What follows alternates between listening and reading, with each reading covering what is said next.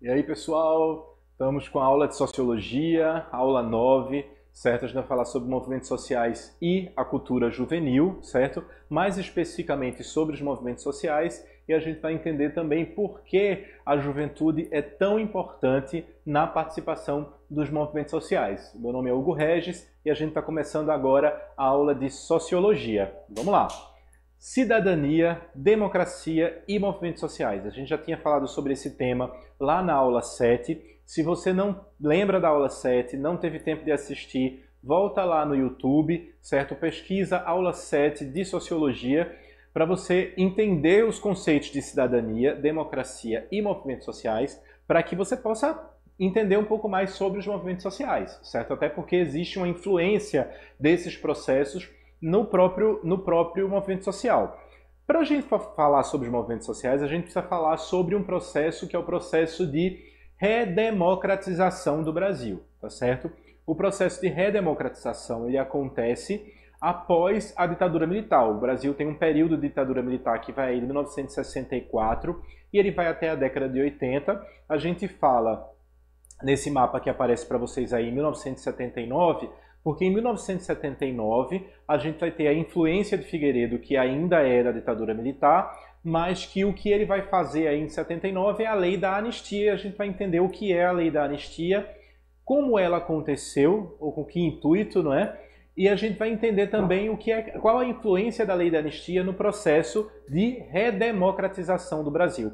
Hugo, por que redemocratização e não democratização? Certo? Porque a gente está dizendo que redemocratização no sentido de resgatar a democracia que já existia no Brasil antes da ditadura militar, tá certo? Então a gente tem esse quadro aí dos generais da ditadura militar no Brasil e a gente vai falar um pouco aí do governo Geisel até a abertura, tá certo? Então, quando a gente tem o milagre econômico, com o fim do milagre, na verdade, com o fim do milagre econômico promovido pelos militares nos anos 70, a população passou a mostrar sinais de descontentamento com o regime militar, certo? Era cada vez mais difícil o regime militar esconder as coisas que aconteciam, né? A tortura, o desaparecimento de pessoas que eram perseguidas pelo regime. Então, alguma coisa precisava ser feita aí pelos militares. Vai ter uma outra coisa que vai acontecer, que parte dos militares, eles percebiam que os seus dias eles estavam contados, porque eles estavam com medo de represálias da própria população, não é? Essas represálias da população, elas propuseram uma abertura lenta e gradual e segura. Dessa forma, os direitos civis eles seriam devolvidos à população paulatinamente. O que é que eu quero dizer? Na ditadura militar, a gente vai ter aí um cerceamento de direitos, certo? Esse cerceamento de direitos para a sociedade civil era a limitação da informação. A informação não chegava para as pessoas. A censura ela impedia que a informação chegasse para as pessoas, para que as pessoas fossem cada vez mais iludidas de que aquele movimento, certo? De que a ditadura militar ela era importante para o Brasil. Isso é uma grande característica dos regimes ditatoriais, dos regimes totalitaristas. Vamos pesquisar aí o que são regimes totalitaristas, certo? Aula de história. Então, a gente vai ter aí uma visão mais clara de que as pessoas elas começam a perceber o que é o regime ditatorial, pessoas começam a morrer e começam a desaparecer, e essas informações elas vão chegando até as pessoas, mas dessa vez não através da mídia, não através da informação da TV, da informação da rádio. Ela vai chegar até as pessoas no boca a boca. As pessoas vão começar a falar sobre o que é a ditadura militar. Vai existir aí um movimento de pessoas que são contrárias à ditadura militar e elas vão começar a denunciar esses crimes para a sociedade civil, ou seja, para a grande população, tá certo? Mas o que foi, Hugo, finalmente, a ditadura militar? A ditadura militar, outras táticas ditatoriais, elas envolvem a prisão de opositores políticos, né, a censura aos meios de comunicação, o controle dos sindicatos, a proibição de manifestações públicas de oposição, supressão dos direitos civis, ou seja, pessoas que perdem direitos civis. Os governos ditatoriais eles costumam apoiar seu poder no uso das forças armadas, tendo por base o uso da violência. Então as pessoas que eram contra o regime ditatorial eram tratadas com extrema violência, não somente as pessoas, mas também como os artistas, os intelectuais e até a própria mídia, né? Ela era forçada a mostrar apenas aquilo que a ditadura militar permitia que fosse mostrado, certo? Quando chega lá no governo Figueiredo, que eu tinha falado para vocês, que vai de 78 até 85, novas leis elas favorecem a abertura política e essas leis elas são sancionadas, certo? Especificamente, em 1978, a gente vai ter a revogação do AI-5, certo? A gente já tinha falado o que era o AI-5, mas a gente pode voltar a falar sobre isso na aula de hoje. A promulgação da Lei da Anistia em 79, no ano seguinte, certo? Que é a volta dos exilados políticos. Então, a anistia seria o perdão dos presos políticos, daquelas pessoas que lutaram contra a ditadura militar e fugiram do país com medo de serem mortas.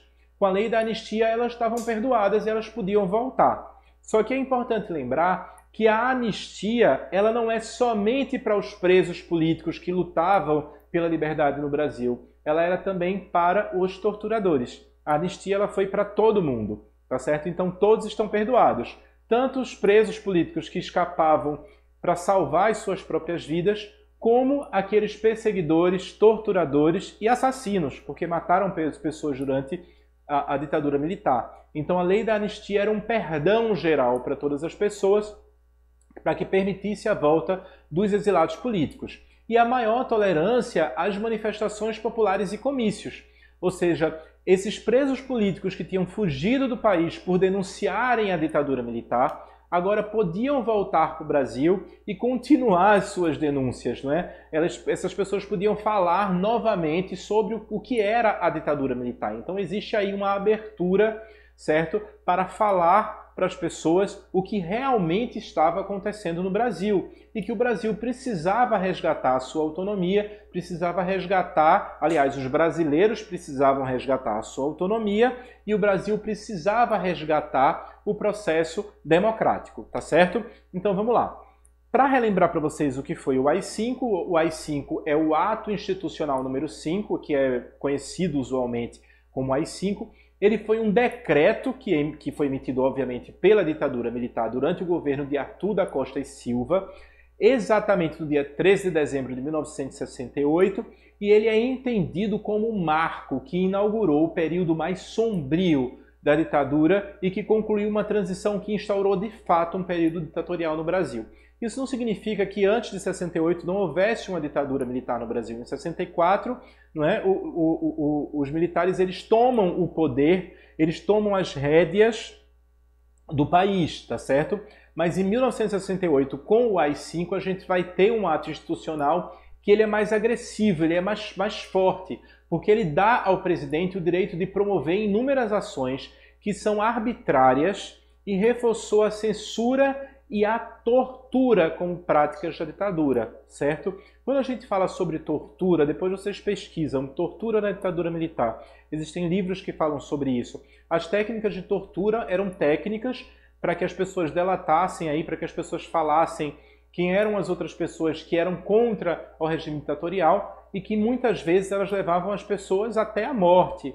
E existem pessoas que sobreviveram às técnicas de tortura, mas que ficaram psicologicamente muito marcadas por essas técnicas. Depois vocês pesquisam sobre isso aí, para a gente conhecer de fato o que foi a ditadura militar, que eu já ouvi gente dizendo assim, eu quero de volta a ditadura militar. Essas pessoas não sabem definitivamente o que elas estão dizendo. Então, juízes de instância, deputados, senadores, centenas de pessoas perderam seus direitos políticos, perderam seus mandatos, intelectuais, artistas passaram a ser perseguidos e inúmeras pessoas elas foram torturadas e mortas, certo? Então foi um período bem difícil para a história do Brasil. E aí a gente vai ter um movimento de redemocratização do Brasil que a gente chama de Diretas Já, que é um movimento político de cunho popular, ou seja, existe uma pressão popular que teve como objetivo a retomada das eleições diretas ao cargo de presidente da República no Brasil.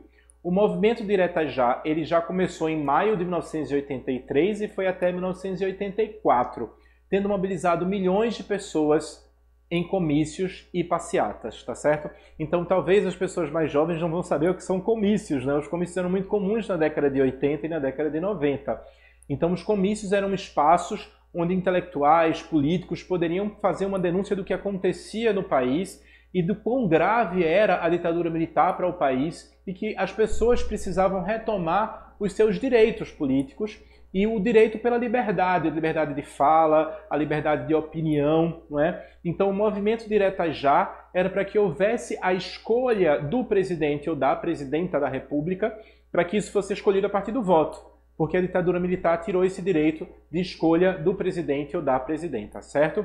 O movimento foi a tradução da insatisfação do povo brasileiro com a perseguição política e a ineficiência econômica do governo militar.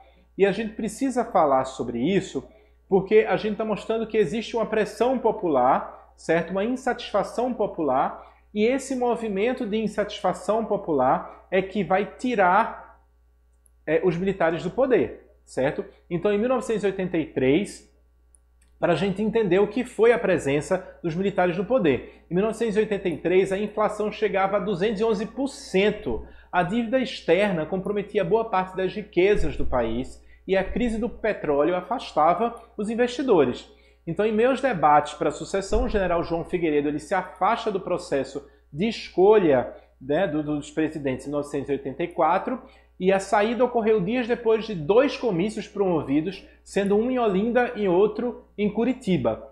30 mil pessoas compareceram ao comício de Curitiba no dia 5 de janeiro. Então existe aí uma pressão popular, não é, para a saída desse governo ditatorial, para que se entrasse aí um presidente que fosse eleito, que fosse escolhido pelas pessoas, certo? Também foram promovidos comícios e passeatas em Camboriú, Santa Catarina, não é? Em dia 14 de janeiro, Salvador no dia 20. Os atos reuniram respectivamente 3 mil e 15 mil pessoas. Ou seja, o apelo popular aumentou com a participação de 200 mil pessoas em comício, promovido no dia 25 de janeiro na Praça da Sé, em São Paulo. 200 mil pessoas na Praça da Sé. No mês de fevereiro, foi instalado na Praça da Sé o que eles chamaram de Placar das Diretas, que também é iniciada a Marcha para Brasília, que é uma caravana para acompanhar a votação na capital federal, e o ato de maior concentração de apoiadores das diretas ocorreu no Rio de Janeiro, no dia 10 de abril. Em 6 horas, 1 milhão de pessoas ouviram os apoiadores da retomada do voto direto em comício promovido na Candelária. A gente tem foto sobre o Placar das Diretas, tá? Lá na Praça da Sé, o Placar das Diretas ficava bem na frente da Catedral da Sé, né? E esse movimento ele marca o processo de redemocratização do Brasil e, obviamente, é uma grande característica aí da mobilização popular, certo? O movimento Diretas Já, ele contou com a participação de partidos políticos, representantes da sociedade civil, artistas e intelectuais, mesmo sendo marcado por significativo apelo popular. O processo de eleições diretas para a presidência da República ele só aconteceu em 1989.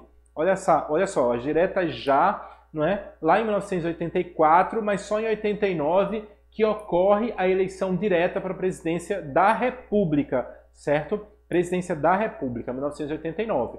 Então a gente tem aí uma imagem dos movimentos populares, né? A multidão que foi arrastada às ruas com os movimentos populares. Então a gente tem essa característica dos movimentos sociais, deles convocarem a sociedade civil. Quando a gente fala sociedade civil, a gente está falando da população em geral, para que as pessoas possam ir à rua e possam pressionar, certo? Pressionar o poder político, que o povo também é poder político, né? O poder político ele emana do povo, na verdade. Então, para que as pessoas elas possam pressionar esse poder político para que mudanças pudessem acontecer no Brasil. Então, é importante lembrar que o processo de redemocratização ele garantiu direitos políticos ao povo brasileiro, certo? A gente também vai lembrar de uma outra coisa, tá certo? Em 1984 a gente está falando de Diretas Já, mas em 1988 a gente tem o que no Brasil?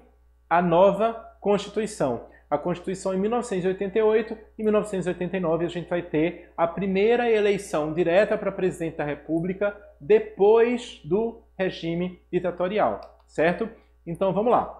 Eita, rapidinho, lembrando para vocês, pessoal, cadê o QR Code? Tem QR Code pra gente? Olha aí o QR Code, tá aparecendo na tela, tá certo?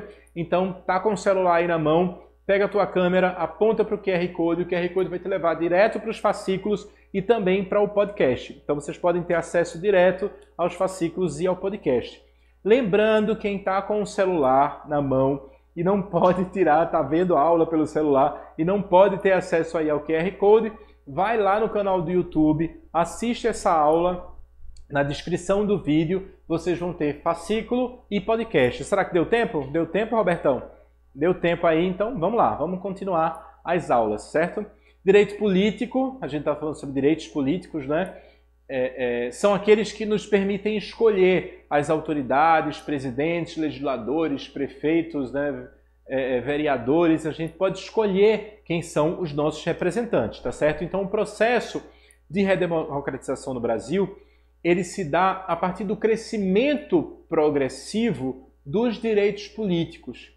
O crescimento progressivo dos direitos políticos nos dá acesso à cidadania. E essa é conquistada graças aos movimentos sociais. Não é? Mas isso é por meio de muita luta e protestos feitos por diversos grupos de pessoas em determinados momentos da nossa história. E hoje nós temos vários direitos, acesso a vários direitos. Não é? Graças aos movimentos sociais, graças ao movimento da sociedade civil. Tá certo? Então eu vou trazer algumas imagens para que a gente possa lembrar que movimentos são esses. Então a gente tem aí, né, juventude que ousa lutar, constrói o poder popular. Né? Lembrando para vocês que o poder ele emana do povo, o poder ele vem do povo.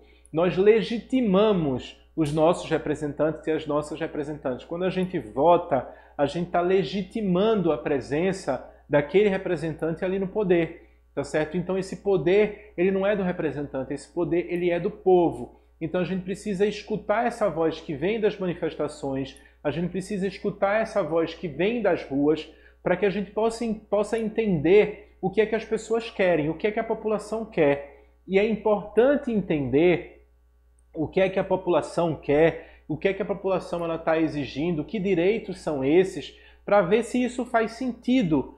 Porque o representante ele só está no poder enquanto o povo permite que ele fique no poder. Porque o poder ele é do povo, ele é popular. E a maior forma de poder popular é o voto, porque é quando a gente pode escolher os nossos representantes e as nossas representantes.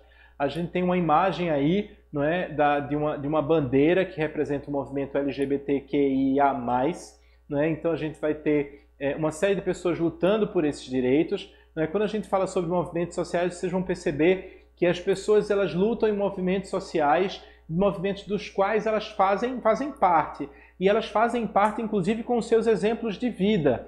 Né? Então você vai ter pessoas que são LGBTQIA+, que estão no movimento, lutando por visibilidade, não é só por visibilidade, não, lutando também pela vida. Não é? A gente tem um país ainda que é muito homofóbico, a gente tem um país que é muito transfóbico, a gente tem um país ainda que vive sobre a égide, não é, do preconceito, e a gente precisa quebrar essas barreiras e superar o preconceito, porque as pessoas elas são livres, né, para escolher quem elas amam, e o amor é a grande representação da vida, né? Sem o amor não existe nada. A gente vai ter aí a representação do movimento sem terra, nenhum camponês sem terra. Isso é uma fala do Papa Francisco, não é? Então um exemplo aí de um movimento popular também, a representação do movimento sem terra, do MST, contra a criminalização dos movimentos sociais. Né? A gente teve aí um movimento político para criminalizar os movimentos sociais. A criminalização dos movimentos sociais significaria, por exemplo, o silenciamento dos movimentos sociais, e o silenciamento dos movimentos sociais é o silenciamento da sociedade civil, o silenciamento da população. E uma vez que a população ela não pode falar, ela não tem autonomia, esse poder é retirado do povo. Então a gente não pode permitir nunca que o Brasil ele volte ao regime ditatorial, né? Ele volte ao regime militar. Então a gente precisa garantir os direitos ao povo, garantir os direitos à população e garantir a autonomia das pessoas, a liberdade que as pessoas têm para expressar as suas ideias e para expressar as suas opiniões, certo? A gente tem a Marcha das Vadias, que foi muito conhecido, né? Uma marcha que é para as mulheres falando para o povo.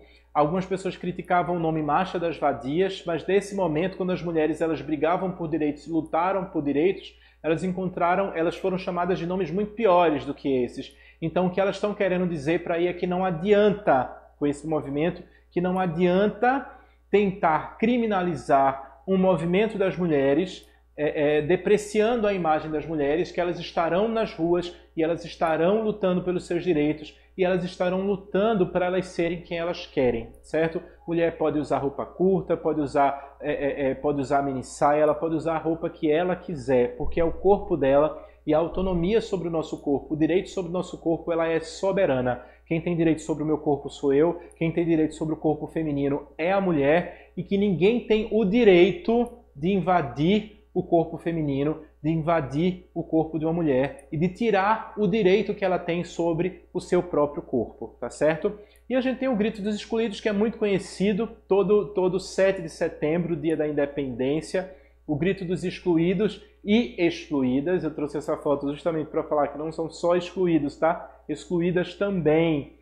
O Grito dos Excluídos e Excluídas, ele sai todo 7 de setembro no Brasil inteiro para denunciar, fazer denúncias, certo? Sobre a desigualdade social no Brasil, certo? A gente tem aí um movimento contra o fim da aposentadoria, a gente teve a reforma na Previdência. Se você não sabe o que é a reforma da Previdência, é importante pesquisar, é importante conhecer, principalmente para você que é jovem, que não fala sobre Previdência agora não, mas vai falar de Previdência daqui a alguns anos, quando você pensar em dizer assim, eita, preciso parar de trabalhar e agora eu preciso descansar, né? Trabalho não é tudo na vida, né? Trabalho não é tudo. A gente tem família, a gente tem amigos, a gente tem lazer, a gente tem diversão, a gente tem amor, né? Dar uns beijinhos, abraço. Então, o trabalho não é tudo. Então, a gente precisa entender que o trabalhador ele precisa parar em determinado momento da vida e ele precisa viver a vida dele, né? O trabalho não tem que ser para sempre, não tem que ser até a morte. Então, a gente precisa falar sobre reforma da Previdência. Voltando aos movimentos sociais, a gente vai ver aí que os movimentos sociais eles respondem pela mobilização da sociedade civil em denunciar que existem diferenças religiosas, diferenças étnicas, de raça, de gênero, de idade no país e apontar caminhos para diminuir as desigualdades.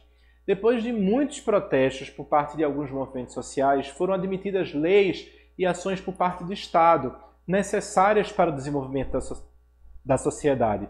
O que eu queria lembrar para vocês que não são só os movimentos sociais, eles foram para a rua, os movimentos sociais eles são importantíssimos para fazer essas denúncias, mas que muita gente morreu, certo? Para que essas leis elas fossem mudadas, elas fossem alteradas.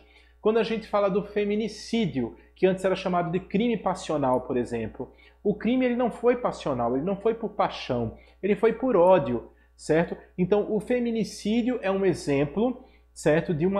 O feminicídio ele se torna crime. O nome, a tipificação do crime é mudada para feminicídio, certo? Mas quantas mulheres elas foram mortas até que houvesse a tipificação do crime como feminicídio? Não é? Quantas mulheres elas sofreram torturas em casa para que elas pudessem hoje sobreviver e contar a história delas, para que a sociedade pudesse mudar esse olhar sobre a mulher e sobre a violência doméstica, não é? Então muitas pessoas morreram para que a lei ela pudesse mudar. Os movimentos sociais precisaram ir para a rua para fazer esse tipo de denúncia. Então a importância dos movimentos sociais está aí, em fazer a denúncia, em denunciar, em mostrar para a sociedade que existem grupos que pode ser que eles não sejam a maioria, mas que esses grupos eles estão sofrendo uma violência extrema e eles precisam de apoio e eles precisam de suporte, tá certo?